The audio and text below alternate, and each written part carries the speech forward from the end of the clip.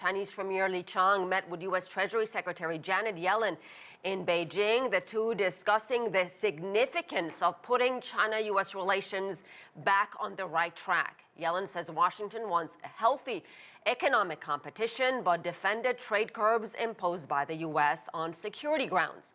Here's some more of what both had to say.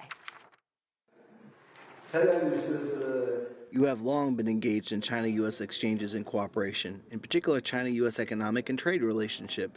You're not just a participant, but also a builder. So I'm really looking forward to having the opportunity to exchange views with you.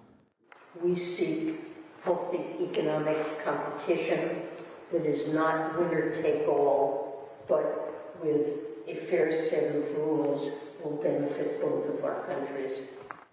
Yellen arrived in Beijing on Thursday for a 4-day visit. It is her first trip to China as Treasury Chief, making her the second senior U.S. representative to visit China in less than a month, following a visit by U.S. Secretary of State Antony Blinken.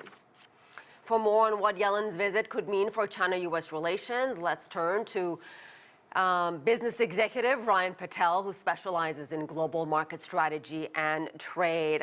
Welcome to the program. What are you making of this visit? Can Yellen and Premier Li Qiang move the needle and lower the temperature between these two countries?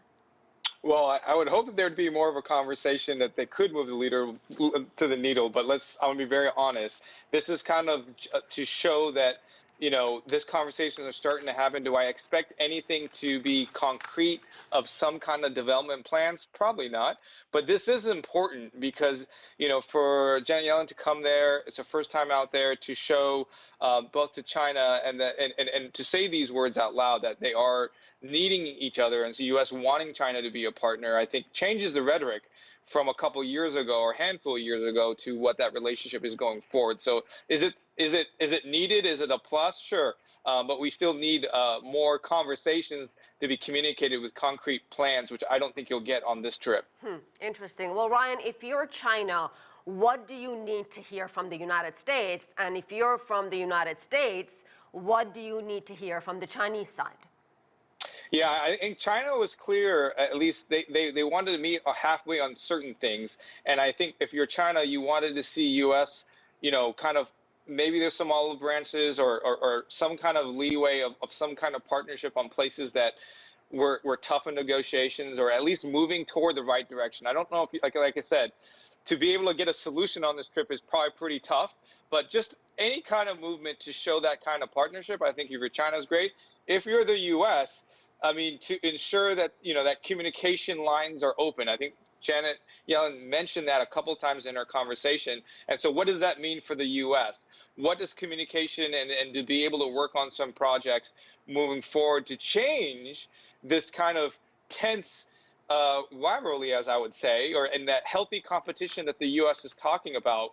What does that look like? Can you get to that point where both sides feel comfortable? I think would be something, a goal for the U.S.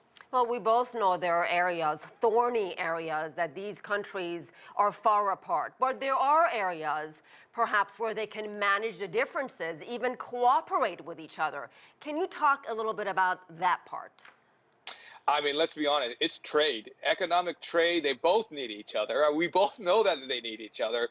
The thorny part is that it gets tied into these other issues that both countries have. And I think it is clear for me in this meeting why it's occurring, because economically, it needs to be ensured that trade continues to occur, both imports and exports, for the need of the citizens of each country because of the consumption on certain elements. And I think, to me, if the focus is on that over the next couple of days, that would be a win to be able to push that forward, to have more efficiency between the two countries, versus it being tied to maybe other subjects that are a lot more thorny, as you mentioned. You bring up a very important issue, trade, and there's been a lot of talk from the Americans, not from Janet Yellen, but from others, about decoupling and de-risking. And yet, Ryan, the Commerce Department says two-way trade between U.S. and China set a new record in 2022, $690 billion.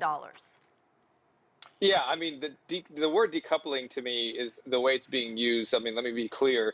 Decoupling to me isn't. I mean, at least how I take it is like you don't do trade with China. That makes no sense for either economy to do that. I mean, if both parties want, I mean, they're still going to be main trade partners, and I think the word is healthy competition. If China can find someone that's more competitive to the trade that they would do that. Same with the U.S. But I think they do both need each other because it is a healthy partnership. I mean, I look at them as partners, truthfully, and I think that's the way I think the conversation needs to go. And you mentioned it; they were the best of friends, I guess, in economic wise, with the amount of money that's being had. So I think it's something that I don't think the partnership's going anywhere. In my words, I think the decoupling is maybe on certain industries that they can get. They're going to try to create a win-win on both sides of. You're going to do what's best for your citizens and best prices, but I mean to decouple fully, I don't see that occurring. All right, we'll have to leave it there. Ryan Patel, thank you.